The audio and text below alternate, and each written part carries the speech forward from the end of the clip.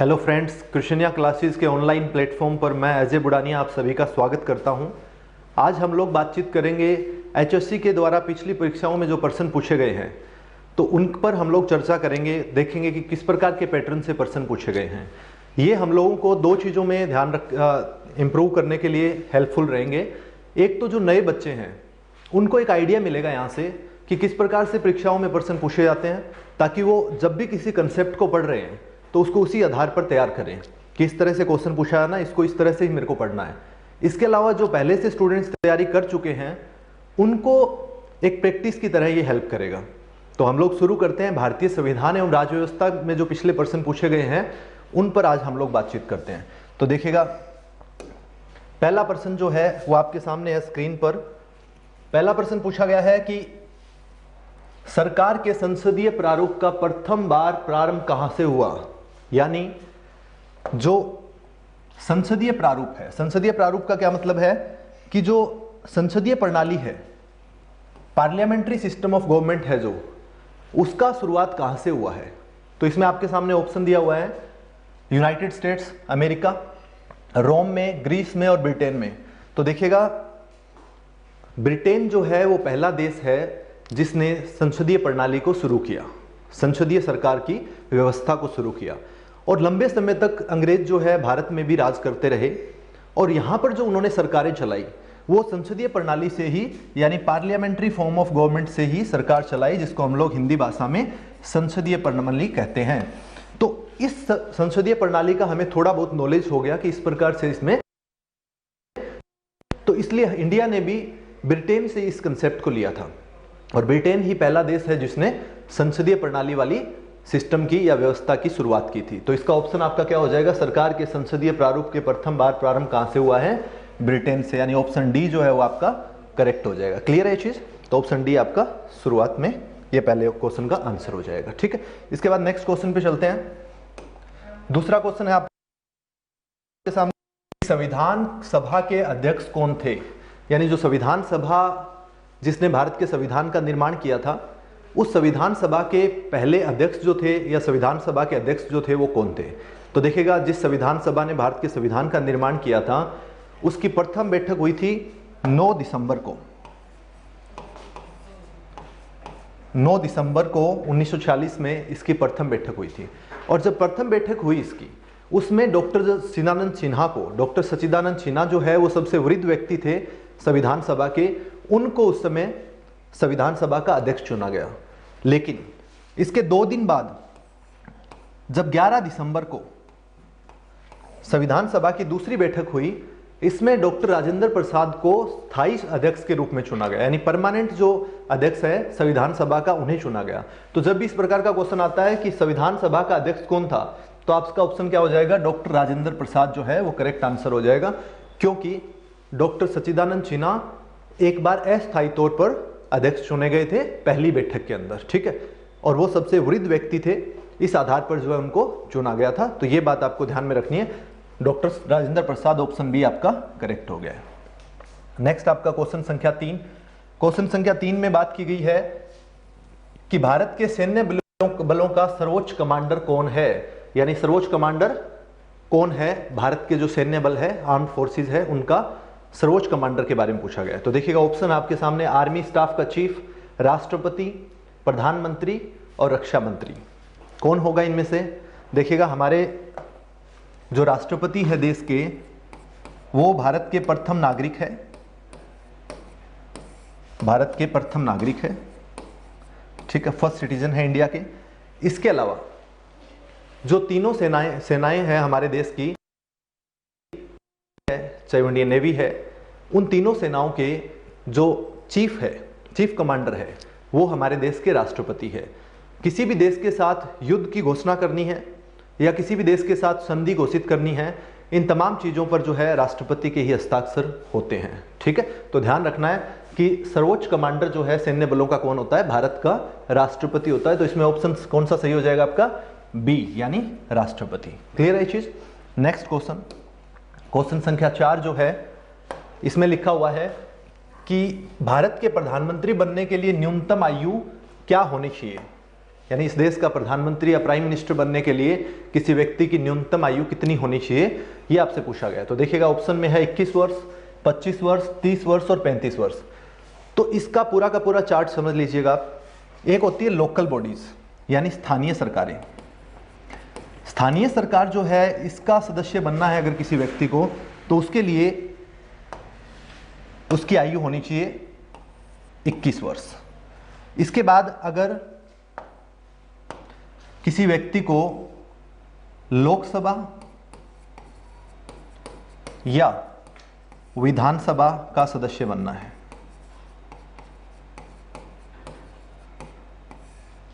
तो उसके लिए आयु होनी चाहिए उसकी 25 वर्ष। अब 25 वर्ष आयु ग्रुप जो है, एज ग्रुप जो है 25 वर्ष, इसमें लोकसभा और विधानसभा का सदस्य के साथ साथ आप एक चीज और भी समझ सकते हैं यहां पर, अगर प्राइम मिनिस्टर बनना है यानी प्रधानमंत्री, तो भी आयु 25 वर्ष हो मिनिमम। डेप्यूटी प्राइम मिनिस्टर, उप प्रधानमंत्री बनना है, तो भी आयु 25 वर्ष होनी चाहिए मिनिमम। अगर किसी व्यक्ति को चीफ मिनिस्टर बनना है यानी सीएम बनना है किसी राज्य का, आयु सीमा 25 वर्ष। अगर डेप्यूटी सीएम बनना है यानी उप मुख्यमंत्री, तो भी आयु सीमा कितनी होनी चाहिए, 25 वर्ष मिनिमम आयु उस व्यक्ति की होनी चाहिए। अब देखिएगा, डेप्यूटी पीएम और डेप्यूटी सीएम जो नाम की मैंने दो लिए हैं, इनका हमारे संविधान में कोई व्याख्या नहीं है। इनका कब, ये पद कब दिया जाता है, जब एक पार्टी में दो व्यक्ति बराबर ओहदे के होते हैं।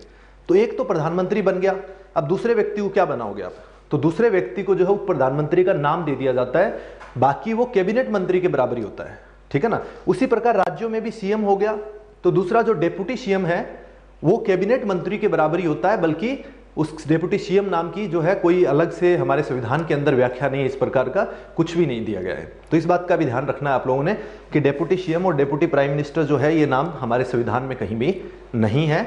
ये जब या तो कोएलिशन गवर्नमेंट होती है, यानी संगठन के द्वारा जब गवर्नमेंट बनती है, तो उस टाइम पर जब दो पार्टी के नेता हो जाते हैं, तो एक प्रधानमंत्री एक ही बन सकता है, तो दूसरे को उप प्रधानमंत्री जैसी संज्ञा दे दोगे। तो इस प्रकार से ये चीजें होती है। क्लियर है। तो ये क्वेश्चन संख्या जो भारत के प्रधानमंत्री बनने के लिए न्यूनतम आयु है, इसमें एक चीज यहीं पर और कर देते हैं हम लोग कि अगर किसी को राज्यसभा या विधान परिषद, जो राज्यों के अंदर विधान परिषद होती है, उसका सदस्य बनना है, तो उसके लिए आयु कितनी होनी चाहिए, उसके लिए आयु होनी चाहिए उसकी 30 वर्ष। 30 वर्ष की आयु पूरी कर चुका हो।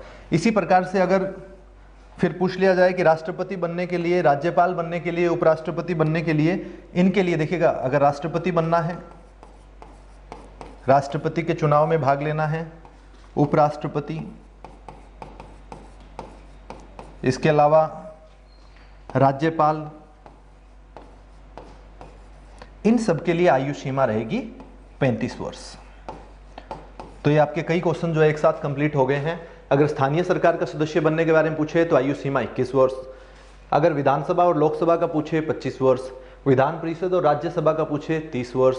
इसी प्रकार राष्ट्रपति, उपराष्ट्रपति और राज्यपाल के लिए 35 वर्ष की आयु चाहिए। ठीक है, तो ये क्वेश्चन आपका कौन सा आंसर हो जाएगा इसका, 25 वर्ष, यानी मिनिमम 25 वर्ष की आयु तो होनी ही चाहिए। क्लियर है। इसके बाद नेक्स्ट क्वेश्चन की तरफ बढ़ते हैं।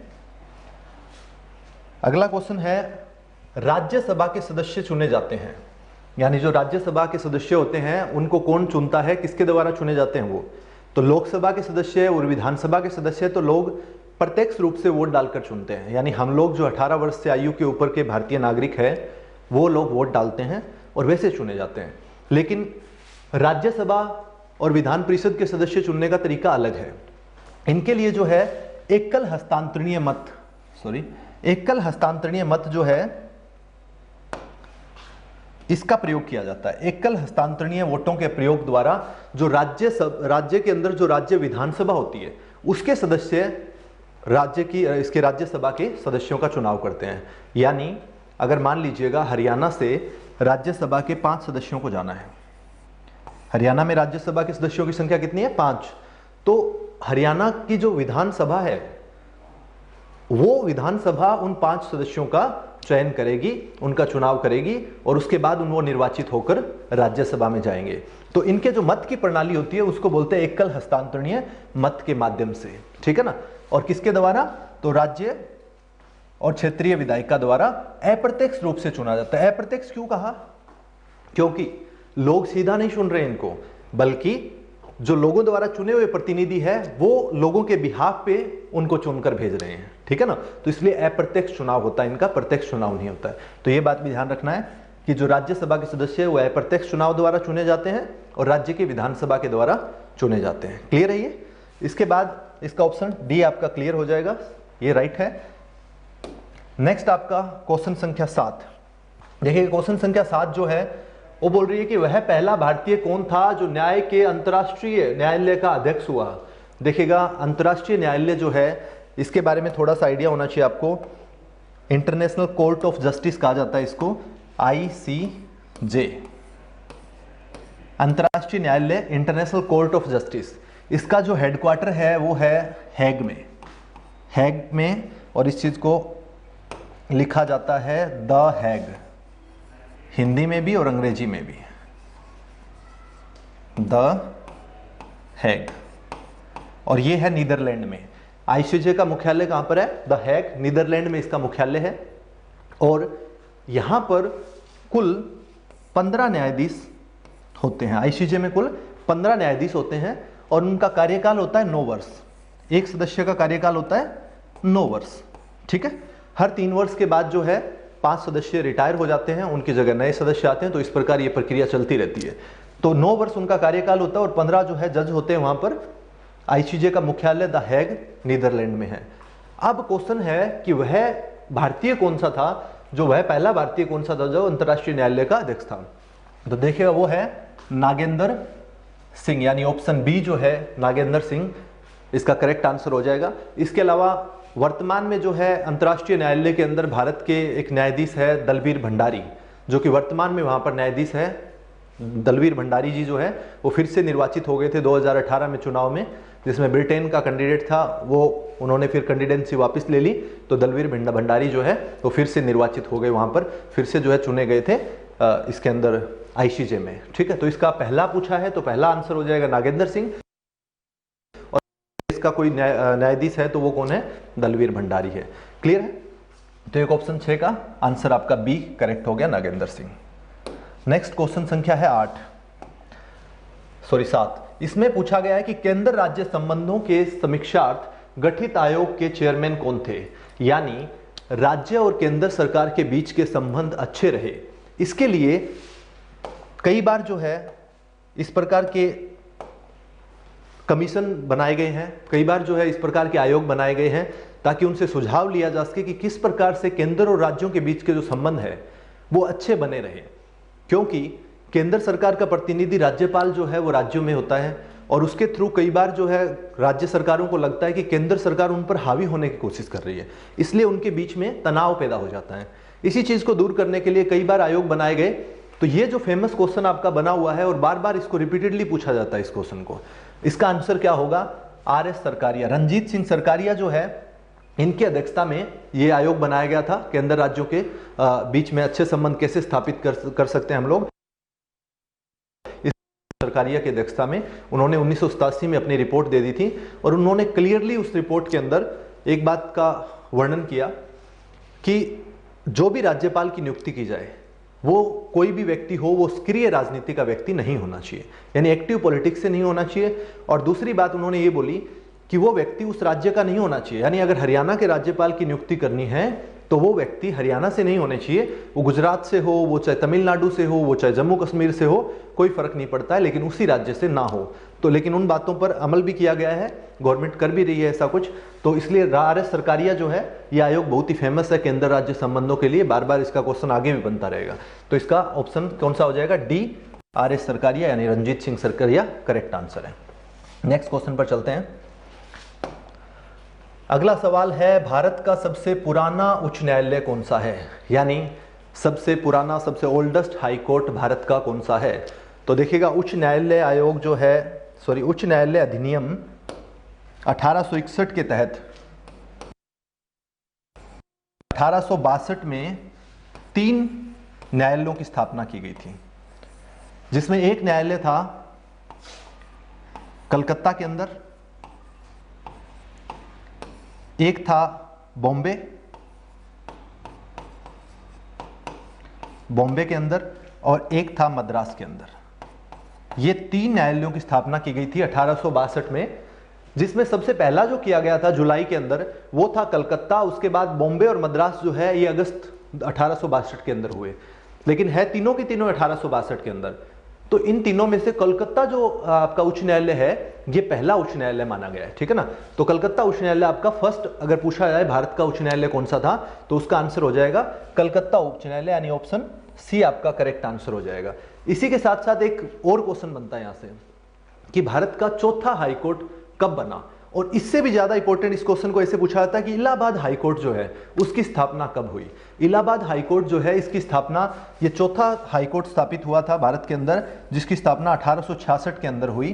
तो ये जो है इलाहाबाद का अगर पूछे तो आपका ऑप्शन, आपका आंसर क्या हो जाएगा 1866 हो जाएगा। क्लियर है चीज, 1866 में चौथे के रूप में आपका इलाहाबाद उच्च न्यायालय की स्थापना हुई। क्लियर है चीज। तो इसके बाद जो है ऑप्शन सी आपका करेक्ट हो जाएगा इसका। नेक्स्ट क्वेश्चन पर चलते हैं। अगला क्वेश्चन है आपका, लक्षद्वीप किस उच्च न्यायालय के क्षेत्र अधिकार के अधीन आता है, यानी जो लक्षद्वीप है वो कौन से हाईकोर्ट के अंडर में या अंडर जुरिस्डिक्शन में आता है। देखिएगा भारत में वर्तमान में 28 राज्य है, 8 केंद्र शासित प्रदेश है, लेकिन उच्च न्यायालय हमारे पास 24 के आसपास है। इसका मतलब प्रत्येक राज्य में उच्च न्यायालय नहीं है। तो इसका क्या अर्थ हुआ कि कुछ उच्च न्यायालय ऐसे हैं जिनके अधीन में 2 या 3 राज्य भी आते हैं, और कई केंद्र शासित प्रदेश है जिनका खुद का उच्च न्यायालय नहीं है। जैसे कि दिल्ली जो है केंद्र शासित प्रदेश है जिसका खुद का उच्च न्यायालय है। इसके अलावा जम्मू कश्मीर जो पीछे बना था उसका खुद का उच्च न्यायालय है, हाईकोर्ट है। लेकिन बहुत सारे जैसे कि लक्षद्वीप हो गया, अंडमान निकोबार हो गया, ये ऐसे केंद्र शासित प्रदेश है इनका खुद का उच्च न्यायालय नहीं है।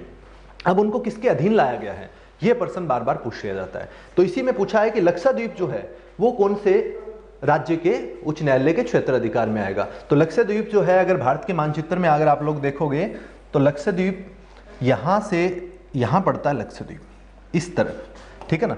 तो लक्षद्वीप इधर हो गया, तो इसके केरल राज्य जो है यहां पर है, केरल के बिल्कुल निकट पड़ता है लक्षद्वीप। तो केरल के अंदर जो है यहां पर जो केरल की हाईकोर्ट है वो है एर्नाकुलम में, एर्नाकुलम में पड़ती है केरल की हाईकोर्ट। तो एर्नाकुलम उच्च न्यायालय या केरल का हाईकोर्ट जो है उसके अधीन आ जाता है लक्षद्वीप, क्योंकि एकदम निकट हो गया ना यहाँ से, तो इसलिए एर्नाकुलम उच्च न्यायालय के अधीन आता है लक्षद्वीप, ये ध्यान रखना है। तो ऑप्शन इसमें कौन सा सही हो जाएगा, त्रिपुरा, केरल, कलकत्ता या इनमें से कोई नहीं। केरल सही हो जाएगा, एर्नाकुलम दिया होता तो एर्नाकुलम सही हो जाता, तो ऑप्शन बी जो है वो करेक्ट आंसर हो जाएगा इसका, ठीक है। तो लक्षद्वीप केरल उच्च न्यायालय के अधीन या फिर एर्नाकुलम उच्च न्यायालय के अधीन आता है। क्लियर है। नेक्स्ट क्वेश्चन पर चलते हैं। अगला क्वेश्चन है, भारत के नियंत्रक और महालेखा परीक्षक की नियुक्ति किसके द्वारा की जाती है। नियंत्रक या महालेखा परीक्षक का क्या अर्थ है, देखिएगा केग यानी controller and auditor general of India, इसी को हिंदी भाषा में कहते हैं नियंत्रक एवं महालेखा परीक्षक। के अनुच्छेद 148 से लेकर 151 में उल्लेखित है। इनका वर्णन कहां पर है, भारतीय संविधान के अनुच्छेद 148 से लेकर 151 में इनका जिक्र किया हुआ है केग के बारे में, नियंत्रक एवं महालेखा परीक्षक के बारे में। इनका कार्य क्या होता है, ये जो भारत की संचित निधि से पैसा निकालती है सरकार, उन सब पैसे पर किधर वो खर्च किया गया है, किस प्रकार से खर्च किया गया है, इसकी एक रिपोर्ट तैयार करती है और उस रिपोर्ट को राष्ट्रपति को सौंपती है, और राष्ट्रपति फिर उसी रिपोर्ट को लोकसभा और राज्यसभा के सामने यानी संसद में पेश करते हैं। तो इस प्रकार से कार्य होता है। अब बात पूछी गई है कि इसकी नियुक्ति किसके द्वारा की जाती है, तो इनकी नियुक्ति की जाती है क्या कि भारत के राष्ट्रपति के द्वारा। तो ऑप्शन जो है इसके अंदर देखिएगा, पहला बोला है लोकसभा तथा राज्यसभा के चुने हुए सदस्यों की कमेटी द्वारा, बिल्कुल गलत है, नहीं हो सकता ऐसा। दूसरा है भारत के मुख्य न्यायाधीश के द्वारा, गलत है। फिर है भारत के राष्ट्रपति द्वारा, ये आपका सी जो है करेक्ट आंसर हो जाएगा, ठीक है। तो सी जो है भारत के राष्ट्रपति द्वारा महालेखा और परीक्षक की जो है नियुक्ति की जाती है, यानी केग की नियुक्ति की जाती है, ठीक है। इसके बाद नेक्स्ट क्वेश्चन पर चलते हैं। अगला क्वेश्चन है क्वेश्चन संख्या 11, बोलता है कि राष्ट्रपति का अध्यादेश कितनी अवधि के लिए लागू रहता है। सबसे अच्छा क्वेश्चन है, बार बार भी पूछा जाता है, इसको अच्छे से समझिएगा कि ये पैटर्न क्या है, ये मामला है क्या। अध्यादेश क्या चीज है, पहले तो इसको इस पर बात करते हैं हम लोग। देखिएगा अध्यादेश जो होता है अंग्रेजी भाषा में कहते हैं इसको ऑर्डिनेंस, और अध्यादेश और ऑर्डिनेंस से समझने से पहले इसका बेसिक बैकग्राउंड आपको पता होना चाहिए। क्या है कि सबसे पहले विधेयक जो बिल होते हैं वो कानून बनते हैं, वो किस प्रकार बनते हैं ये आइडिया हमें लेना है। देखो, कोई भी विधेयक है, कोई भी बिल जो है वो लोकसभा और राज्यसभा के अंदर पास होता है, यानी ये लोकसभा है, ये राज्यसभा है। या तो लोकसभा में पहले लाया जाएगा या राज्यसभा में पहले लाया जाएगा। मान लीजिए इनमें से किसी में भी पहले लाया गया है, तो विधेयक सबसे पहले लोकसभा में लाया गया। अब वो विधेयक लोकसभा पारित करेगी, उसके बाद वो राज्यसभा में जाएगा, फिर उस विधेयक को राज्यसभा पारित करेगी, और यहां दोनों से पारित होने के बाद जो है ये विधेयक जाता है राष्ट्रपति के पास,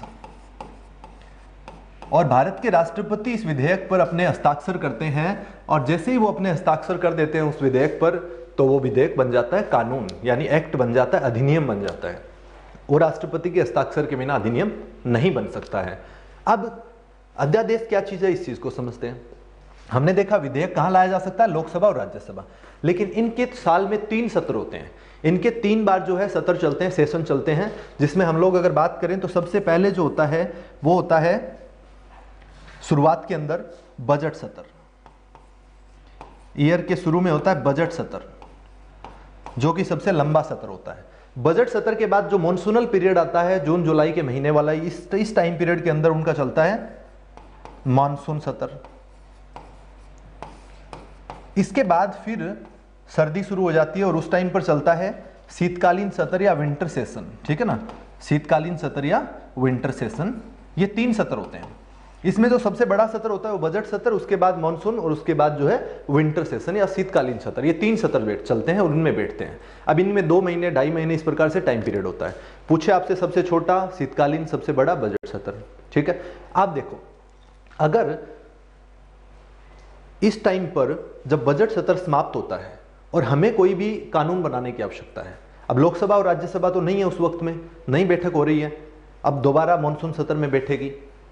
अब ऐसी स्थिति में जब लोकसभा और राज्यसभा दोनों या फिर एक उनमें से, क्योंकि दोनों को पास करना होता ना, तो दोनों का होना जरूरी है। अगर एक चल रही है तो भी और दूसरी नहीं चल रही है, तो ऐसी अगर स्थिति बनती है कि जब लोकसभा और राज्यसभा का सत्र ना चल रहा हो या फिर इनमें से एक का ना चल रहा हो, तो ऐसी स्थिति में जब देश हित में कोई कानून बनाने की इमीडिएटली आवश्यकता होती है, ऐसे में भारत के राष्ट्रपति अध्यादेश के जरिए कानून बना सकते हैं। और वो अध्यादेश उतना ही इफेक्टिव होगा, उतना ही उसका फायदा होगा, उतना ही उसका जो है एक तरह से इफेक्ट होगा जितना नॉर्मल टाइम में, सामान्य समय में जो कानून बनाया जाता है उसका होता है।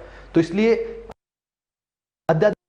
अब दूसरी बात को समझो, जो ये 3 सत्र है, ये 3 सत्र का एक ध्यान में एक बात है कि राष्ट्रपति की जिम्मेदारी है कि एक वर्ष में कम से कम 2 सत्र तो होने चाहिए, 2 सेशन तो जरूरी है, अनिवार्य है, 2 से कम तो करना ही नहीं है, ये राष्ट्रपति की जिम्मेदारी है।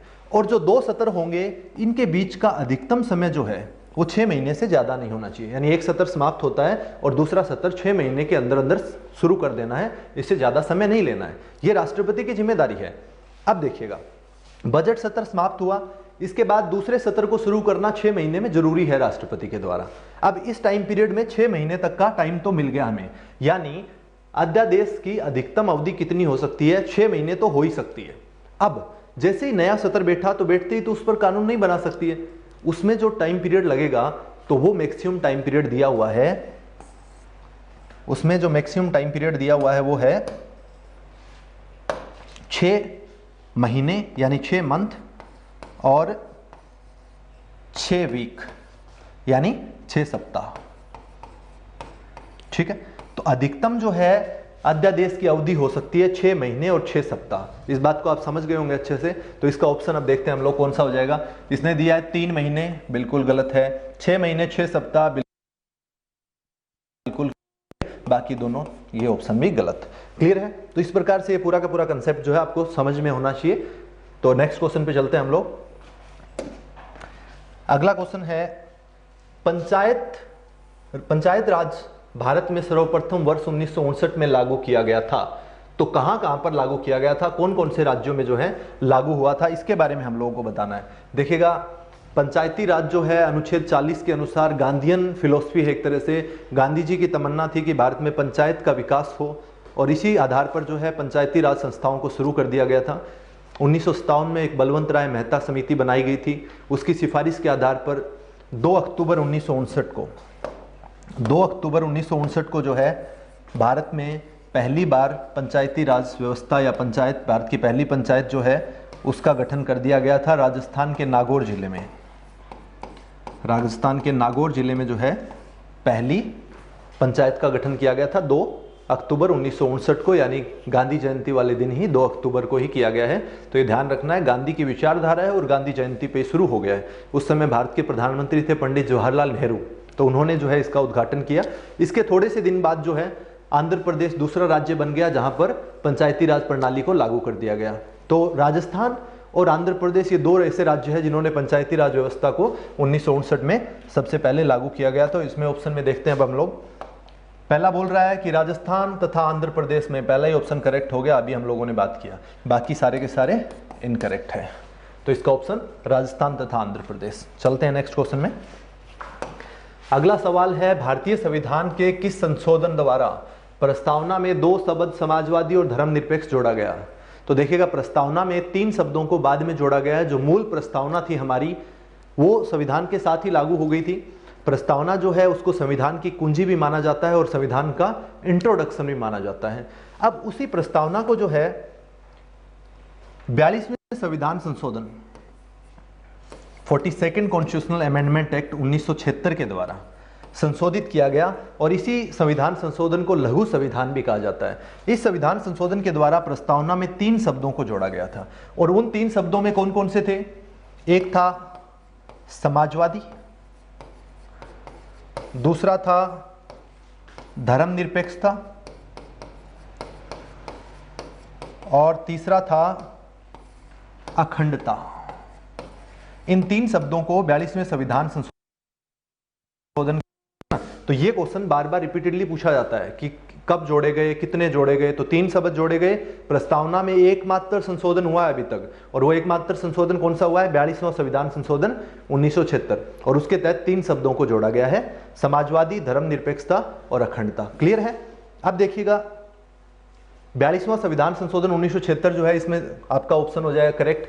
तो ऑप्शन संख्या कौन सी सही है? सी, 42वें संविधान। ये बाकी के सारे गलत हो जाएंगे। ठीक है, ओके। भारतीय संविधान के किस संशोधन द्वारा प्रस्तावना में 2 शब्द जोड़े गए? धर्मनिरपेक्ष और समाजवादी। तो इसका ऑप्शन कौन सा हो गया था? सी सही हो गया था। ठीक है, इसके बाद अगला सवाल जो है हमारा, उस पर चलते हैं। अगला क्वेश्चन है वित्त आयोग के बारे में। तो देखिएगा, वित्त आयोग जो है इसके बारे में पूछा गया। वित्त आयोग क्या है? हमारे संविधान के अनुच्छेद 280 में जो आर्टिकल 280 है हमारे संविधान का, उसमें वित्त आयोग के बारे में कहा गया है कि भारत के राष्ट्रपति से पहले भी, आवश्यकता अनुसार इससे पहले भी एक वित्त आयोग का गठन करेंगे। और वित्त आयोग जो है उसका कार्य क्या होता है, उसने ये यहाँ पर पूछा हुआ है। तो देखिएगा, क्वेश्चन ये थोड़ा सा कंप्लीट नहीं दे रखा है, बट मैं बता देता हूँ वित्त आयोग का कार्य पूछा है। तो वित्त आयोग का कार्य होता है केंद्र और राज्यों के बीच संसाधनों के बंटवारे पर निर्णय लेना। ठीक है ना, केंद्र और राज्यों के बीच संसाधनों के बंटवारे पर निर्णय लेना जो है इसका वित्त आयोग का कार्य होता है। और इसका अनुच्छेद 280 में भारतीय संविधान में उल्लेख है, राष्ट्रपति इसकी नियुक्ति करते हैं। ठीक है, तो ये ध्यान रखना है। अभी वर्तमान में 15वें वित्त आयोग का जो है गठन कर रखा है। इसके अलावा अगर बात करें हम लोग नेक्स्ट क्वेश्चन के, चलते हैं। निम्नलिखित में से संविधान के किस संशोधन अधिनियम ने राज्य में त्रिस्तरीय पंचायती राज व्यवस्था कायम की? तो इसमें पूछा गया है कि कौन सा संविधान संशोधन था जिसके तहत हम लोगों ने तीसरे स्तर की जो व्यवस्था थी भारत में सरकार की, उसको लागू कर दिया। तो केंद्र सरकार, फिर राज्य सरकार और फिर स्थानीय सरकार। तो स्थानीय सरकार जो है उनकी कौन से के तहत हुई थी? तो इसके अंदर आपको ध्यान रखना है 42वां संविधान संशोधन, 73वां संविधान संशोधन 1992। इसके तहत पंचायत, जो ग्राम पंचायत, तो लोकल बॉडीज के अंदर अगर बात करें हम लोग, तो स्थानीय सरकार में 2 तरह से हम लोग बात करें, ग्रामीण स्तर पर और एक शहरी स्तर पर। तो ग्रामीण स्तर पर 73वें संविधान संशोधन के तहत और 74वें संविधान संशोधन के तहत जो शहरी स्थानीय सरकार है, इनका गठन किया गया था। ये 2 संशोधन हुए थे। तो इसने पूछा है कि राज्य में त्रिस्तरीय पंचायती राज व्यवस्था, तो इसके लिए अगर पूछा जाए तो कौन सा ऑप्शन सही हो जाएगा? 73वां, यानी सी ऑप्शन आपका करेक्ट हो जाएगा। क्लियर है? इसके बाद चलते हैं नेक्स्ट क्वेश्चन पर। समवर्ती सूची में किसी विषय पर केंद्र एवं राज्य के बीच कानून में द्वंद्व होने की स्थिति में क्या होगा, ये क्वेश्चन में पूछा गया है। तो देखिएगा, भारत में जो संघीय व्यवस्था हम लोगों ने बनाई हुई है वो कनाडा से ली हुई है, और कनाडा की जो संघीय व्यवस्था है उसके अनुसार केंद्र जो है वो मजबूत रहेगा, राज्य कमजोर रहेंगे। यानी हमारी जो संघीय व्यवस्था है वो ऐसी है जो कि जिसे हम कहते हैं मजबूत केंद्र के साथ संघीय व्यवस्था, तो उसमें केंद्र हावी रहेगा हमेशा ही। तो इसमें ऑप्शन को देख लेते हैं। अब क्या कहता है कि जो कानून पहले पारित हुआ वह प्रभावी रहेगा, बिल्कुल भी नहीं, ऐसा कुछ नहीं है। राज्य का कानून प्रभावी रहेगा, बिल्कुल नहीं। केंद्र का कानून प्रभावी रहेगा, यानी जब भी कोई कॉन्ट्राडिक्शन होगा तो केंद्र सरकार की चलेगी, केंद्र जो कानून बनाएगी वो जो है वो ज्यादा मायने रखेगा, राज्य की नहीं चलती है जो जब भी कोई इस प्रकार की दिक्कत आती है। तो इसका ऑप्शन कौन सा सही हो जाएगा? सी करेक्ट हो जाएगा। इसके बाद नेक्स्ट है 17वां क्वेश्चन आपका, विधानसभा में किस राज्य का सदस्य संख्या सर्वाधिक है? तो देखिएगा, विधानसभा जो है उनके अंदर उत्तर प्रदेश जो राज्य है, यूपी जो है, इसमें सर्वाधिक सीटें जो है उत्तर प्रदेश की है। हरियाणा की अगर बात करें तो हरियाणा के अंदर 90 सीटें हैं। उसी प्रकार से उत्तर प्रदेश के अंदर जो है 403 जो है वो सदस्य संख्या है उत्तर प्रदेश की। तो सर्वाधिक संख्या जो है विधानसभा में अगर किसी राज्य की तो है वो है उत्तर प्रदेश, 403 संख्या के साथ में, ध्यान रखना इस बात का। और हरियाणा में कितना है? 90 है केवल। ओके, इसके बाद नेक्स्ट क्वेश्चन पर चलते हैं। अगला सवाल है कि संविधान की किस अनुसूची में पंचायती राज का प्रावधान किया गया है? तो पंचायती राज से कितने ज्यादा प्रश्न पूछे जाते हैं हरियाणा स्टाफ सिलेक्शन कमीशन के द्वारा, ये आप लोग देख पा रहे हैं। फिर से क्वेश्चन आया पंचायती राज से, बोल रहे संविधान की किस अनुसूची में पंचायती राज का प्रावधान किया गया है? तो देखिएगा, 73वां 74वां जो संविधान संशोधन किया था हम लोगों ने, तो 73वें संविधान संशोधन के तहत 1992 में 11वीं अनुसूची को जोड़ा गया, और 74वें संविधान संशोधन के तहत जिसमें शहरी स्थानीय सरकार का उल्लेख है उसके तहत हम लोगों ने 12वीं अनुसूची को जोड़ा था। तो ये दो अनुसूचियां जो है बाद में जोड़ी हम लोगों ने, 11वीं और 12वीं। 73वें के तहत ग्रामीण स्थानीय सरकार और 74वें के तहत शहरी स्थानीय सरकार। इसमें जो है 73वें के जो 11वीं अनुसूची हम लोगों ने जोड़ी, इसके अनुसार पंचायतों के पास टोटल 29 विषय है। इस चीज का उल्लेख जो है 11वीं अनुसूची में किया गया है। तो ऑप्शन कौन सा सही हो जाएगा? अब ऑप्शन डी जो है वो आपका करेक्ट हो जाएगा, 11वीं अनुसूची जो है वो सही हो जाएगा। क्लियर है? इसके बाद नेक्स्ट क्वेश्चन, अगला सवाल है कि राज्यसभा के सदस्य का कार्यकाल कितना निर्धारित किया गया है? यानी राज्यसभा के जो सदस्य होते हैं इसमें दो प्रकार से सवाल पूछा जाता है। एक पूछा जाता है राज्यसभा का कार्यकाल कितना होता है, एक पूछा जाता है राज्यसभा के सदस्यों का कार्यकाल कितना होता है। जो राज्यसभा का कार्यकाल पूछा जाता है वो कंफ्यूज करने के लिए पूरी तरह से, ताकि बच्चे को कहीं ना कहीं वो 6 वर्ष पे टिक करके आए। क्यों? क्योंकि हम लोगों ने क्वेश्चन को समझा नहीं है। एक्चुअल में राज्यसभा कभी भी भंग नहीं होती है। राज्यसभा एक स्थायी सदन है, इसे कभी भी भंग नहीं कर सकते आप। तो इसका तो कोई कार्यकाल है ही नहीं, ये तो इनफाइनाइट है एक तरह से। लेकिन उसके जो सदस्य होते हैं उनका कार्यकाल होता है, और उनका कार्यकाल होता है 6 वर्ष का। प्रत्येक 2 वर्ष के बाद जो है, प्रत्येक 2 वर्ष के बाद 1/3 सदस्य जो है राज्यसभा के वो सेवानिवृत्त होते रहते हैं और उनकी जगह नए सदस्य आते हैं। तो कभी भी राज्यसभा के जो है पूरे के पूरे सदस्य एकदम से स्थान रिक्त नहीं कर पाते हैं, उनकी जो है पद रिक्ति नहीं होती है। हर दूसरे वर्ष के पश्चात 1/3 सदस्य नए जुड़ते रहते हैं। समझ पा रहे हैं इस चीज को? तो 6 वर्ष जो है वो कार्यकाल है राज्यसभा के सदस्यों का। क्लियर है? तो इसका ऑप्शन आपका हो जाएगा सी करेक्ट। ठीक है, नेक्स्ट क्वेश्चन अपना, राष्ट्रपति का अध्यादेश कितनी अवधि के लिए लागू रहता है? ये रिपीटेड क्वेश्चन आ गया फिर से अपना। अभी हम लोगों ने बात किया था इस पे, 6 महीने और 6 सप्ताह जो है वो मैक्सिमम लिमिट होगी राज्यसभा इसके राष्ट्रपति द्वारा लाए गए अध्यादेश का। 6 महीने और 6 सप्ताह किस प्रकार से होता है हम लोगों ने पूरा का पूरा इस चीज को समझ लिया था। ऑप्शन संख्या बी इसकी करेक्ट हो जाएगी। ठीक है, तो आज हम लोग यहीं पर समाप्त करते हैं। बाकी के सवाल जो है हम लोग अगली क्लास में करेंगे। तब तक के लिए थैंक यू सो मच। मिलते हैं अगली क्लास में। तब तक आप पढ़ते रहिएगा और भी क्वेश्चन प्रैक्टिस करते रहिएगा। धन्यवाद।